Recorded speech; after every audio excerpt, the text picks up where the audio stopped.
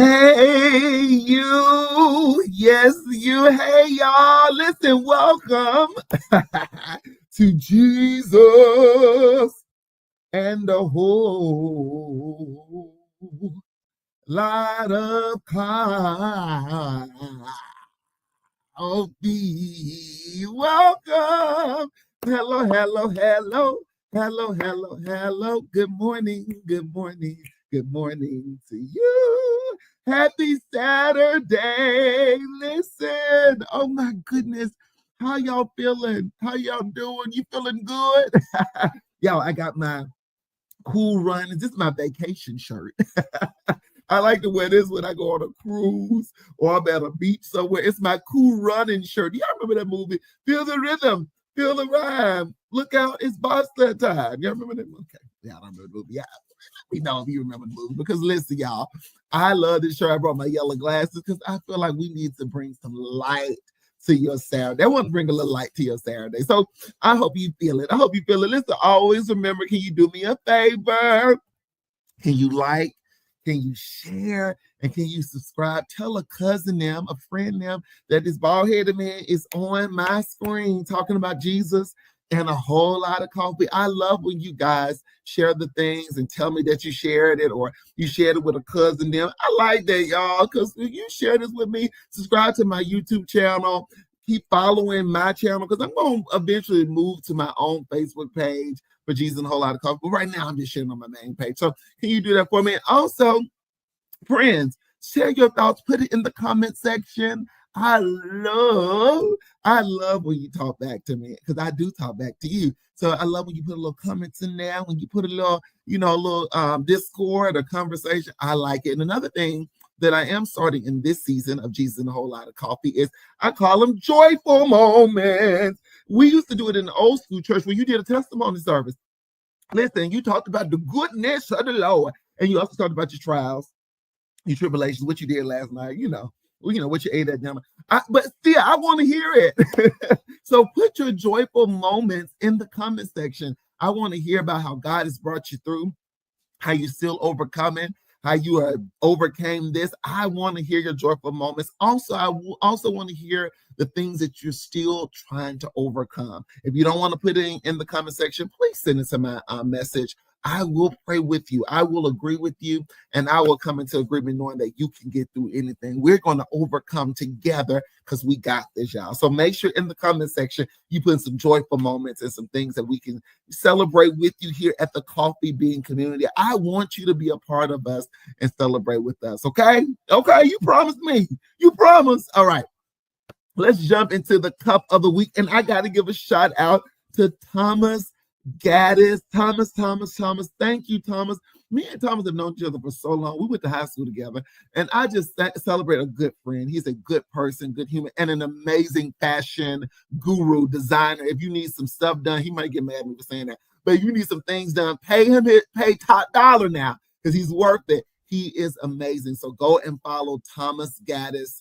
All of his amazing work. He's a top tier fashion designer, icon, tailor, all of the things. Celebrate him. But he got me this amazing mug that said Jesus changes everything. Jesus changed everything. And that's the truth. Yeah, that's the whole truth. Listen, and I got it he ordered it from this company called Beacon Threads. Beacon Threads. Here's the box. Let me see if I can get it better. Because it's still in the wrapper. Beacon, child. But the box was so cool. It had Rep Your Faith on it. Beacon Threads. Beacon Threads. Please celebrate and support Beacon Threads. They do some amazing stuff. Thomas got me a really, really cool book from there. They put a lot of good tailoring into their boxes. Y'all support that business. But thank you, Thomas, for giving me this amazing mug. I love when y'all send me mugs. Oh my goodness, I love coffee mugs. Y'all, I got my coffee in here. Y'all know what I'm gonna say. Y'all better go get y'all some nut pie. Listen, I love nut pie creamer. It's so good with my dark roast. Come on. Come on. Oh, it's good. Y'all, it's good today because it's that sugar cookie. Oh, it's that sugar cookie flavor. Come on, let's get a little more. Come on. Y'all, it's so good. Hope you got your coffee with me. Hope you got your tea with me, coffee bean communion, because you know what time it is? It's time to see what's brewing. Do-do-do-do. Listen, today on What is Brewing, I want to talk about the topic of finding joy. That's going to be our theme, is finding joy. Again, finding joy. And this one is about finding joy after divorce. Finding joy after divorce. And you're probably like, ooh. But I'm here to tell you that there is life after divorce. A lot of people don't talk about divorce because a lot of times people feel like, especially in the South, that if you are married, you obtain this new faith, this new level of wealth. You know what I'm saying? And if you're single, child, you know, you might as well throw you to the pasture. Married people, you know, in the South, they want you to get married and have children. And definitely if you're divorced, it's almost like, okay, we ain't gonna talk about that.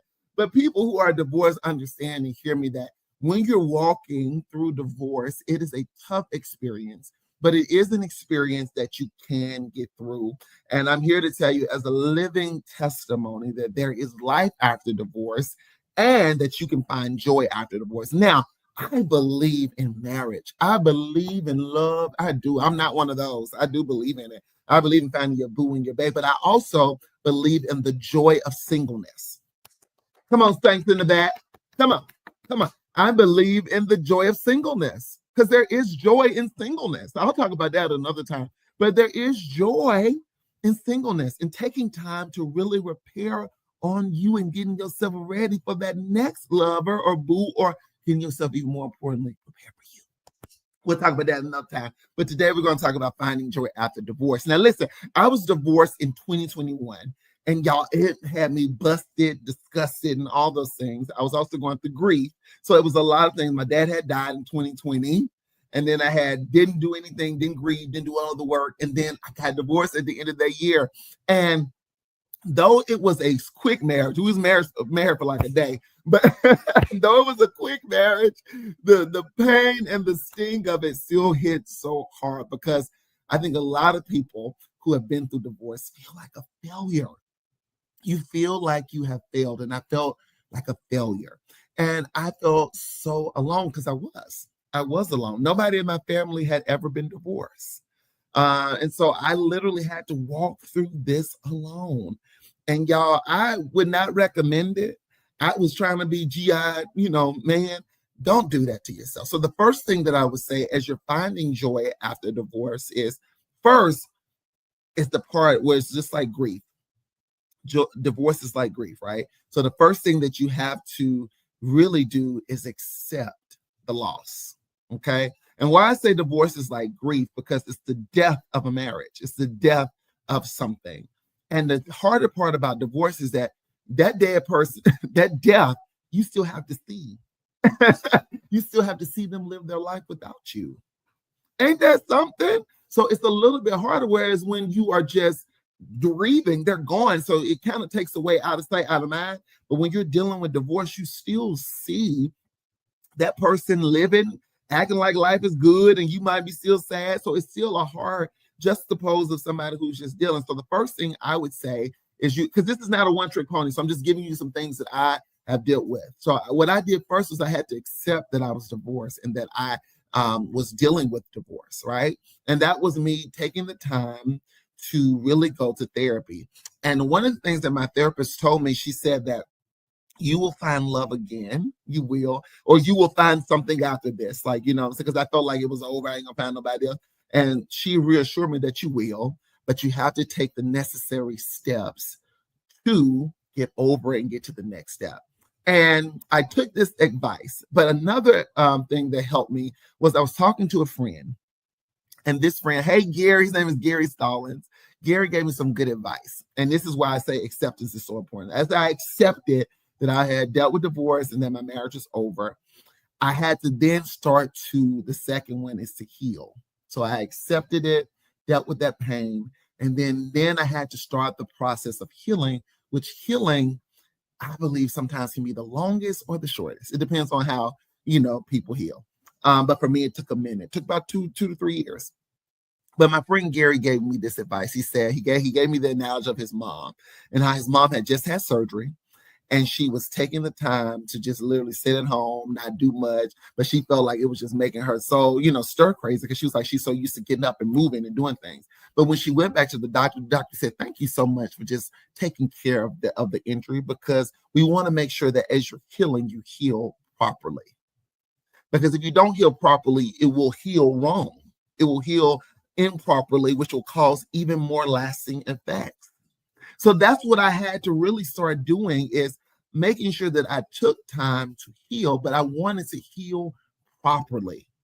I did not want to heal improperly, meaning I didn't want to jump into bed with somebody quickly. They always say jump into bed with somebody else. I didn't want to do that.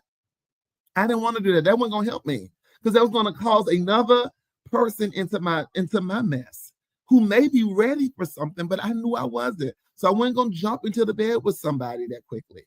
I also wasn't going to get into a whole nother relationship so quickly. They'd be like, move on, child. No, John, this is my thing, is that I had to make sure that I took the time to not get into bed with somebody, to not get into a relationship with somebody. And then the last thing that I had to do was I had to be okay with being alone. I wasn't getting to bed with nobody.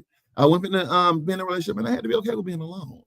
I did not like being alone. I didn't.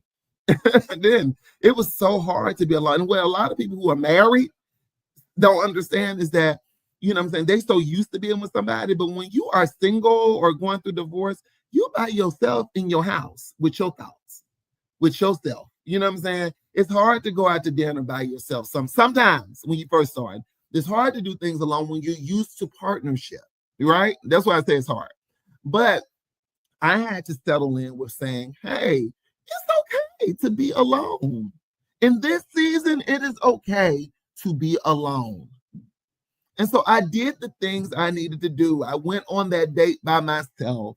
I went on that hike by myself. I made sure that I enjoyed my house by myself, did things with friends and people who also were single, did things that made me happy by myself. And one thing I realized was that, man, I enjoyed it.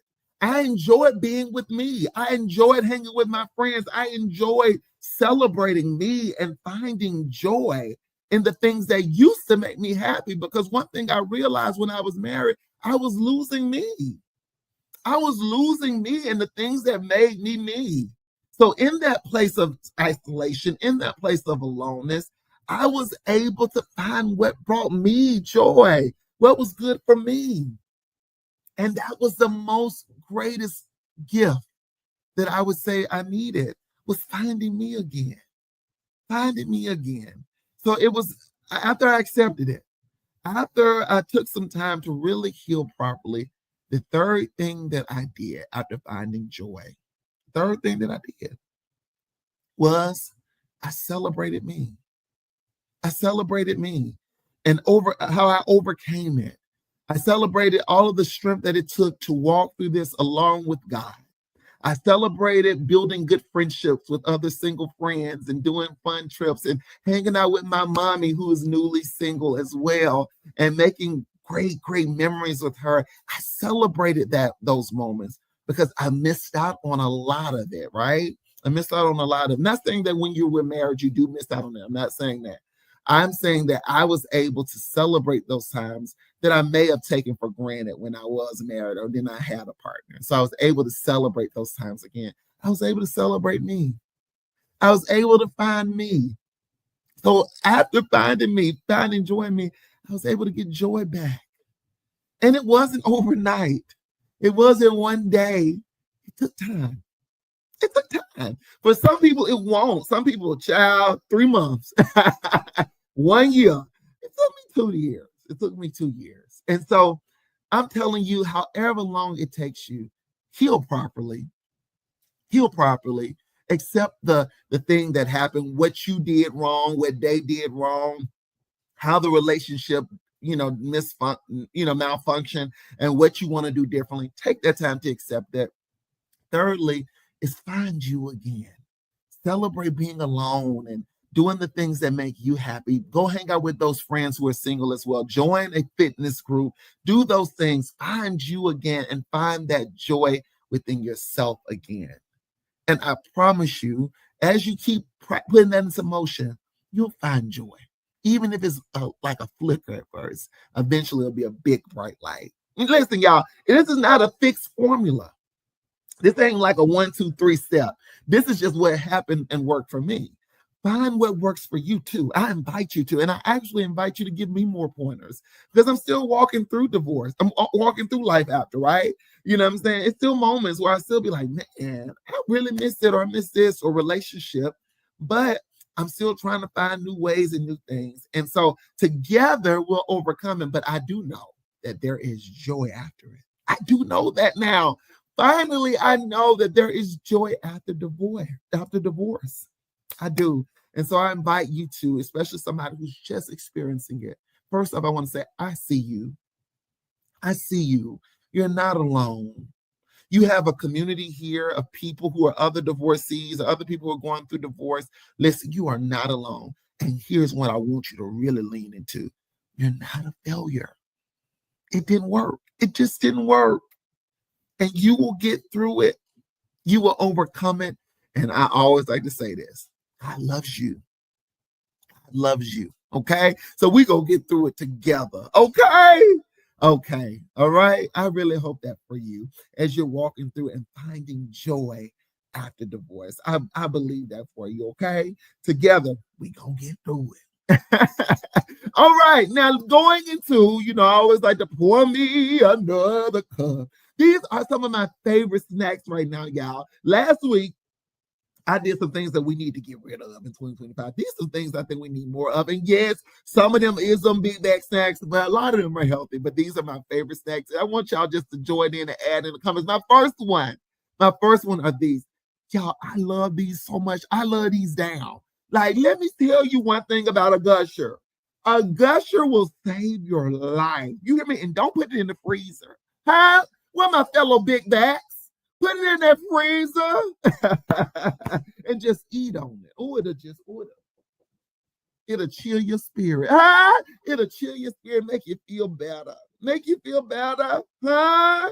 It's so good. Get you a Gusher, put it in the freezer, and just bite on it a little bit. I tell you, that or fruit roll up, all of them. I love a Gusher still to this day. Listen, go get you a Gusher. This is one of the snacks that I pour me another cup. 3 more cups of them. All right, let's move on. Now, let me tell y'all about these. Take me to the king. When I love these Nutella biscuits. Them right there, somebody did their big one with that one. Listen, the way I ate a whole bag in a sitting, I had to go check on myself because I said, hey, that's not okay. It's not okay to eat a whole bag, friend. It's not okay. Listen, it made me start singing worship. I said, take me. As soon as I ate one, I'm telling you, get you a Nutella biscuit today. It's good. It's real good. It's real good. I'm not telling you they're healthy, but they're good because I love that Nutella. Go get you some. Third one. Now, I know y'all looking. I know you looking like them just nuts, but them cashews. Them cashews. Have you ever eaten a whole bag of cashews? I have. I have a fellow big bags. I've eaten a whole bag, and they are so good, y'all. And don't listen. Let me tell you the winning combination: cashew, peanut butter, and a little honey. My sister and love gave me that idea. Let me tell you one thing: it'll set you free. Cashews, not with all the salt on them, but if you do a little salt, that's good too. Put it in there. Put some honey on top of that thing and some peanut butter. Listen. Woo! It'll do something to you. A cashew, come on now. Come on now. Go out and sit down. That right there. And it's healthy. It's healthy for you, actually. This is a good, healthy treat that I love, a cashew. And the last one are these right here. These right here, and all the flavors. I wanted to make sure that y'all got all the flavors. These are fig bars, and some of y'all not fig bar people. I wasn't a fig bar people until I had one of these. Now I'm a fig bar person to the fullest. Go Nature's Bakery, Walmart. They about $3.99. They got a little pop. I remember these used to be $6.99 for about a 24 pack. Go and get you some of these nature bakeries. These are something that we can get. Pour me another 3 more cup of these amazing, amazing snacks. Listen, y'all, thank you for connecting with us here at Jesus and a Whole Lot of Coffee. I'm here on my last cup, but I want to end with a whole lot of joy and give you some testimony time. So this is my joyful moment. Joyful moment that I have is I want to celebrate my little brother, Kevin. Y'all, my little brother, Kevin, is doing so amazing. If you see him on Facebook, cheer him on. If you see him in the street, say, hey, Kevin, we're proud of you. But he's been on his weight loss journey, and he is working hard. I beat him up out here in these streets, but it's his joyful moment. But I want to share just a little bit of his joy and share in his joy. I'm just so proud of him. I'm proud of him. And I celebrate him. I celebrate him because he's doing amazing work. So go, Kevin. You got this. You got this. You're doing so good. All right, y'all. We at the last bit of it. Listen, get your cup. Come on, let's drink it together. Last cup. Last cup. Remember, when you want to give up and you're close to giving up, don't give up. You're closer than you think. And if nobody told you that they're proud of you, friend, lean in. I'm proud. And I knew you could do it. I knew you could do it. The best is yet to come. Love y'all.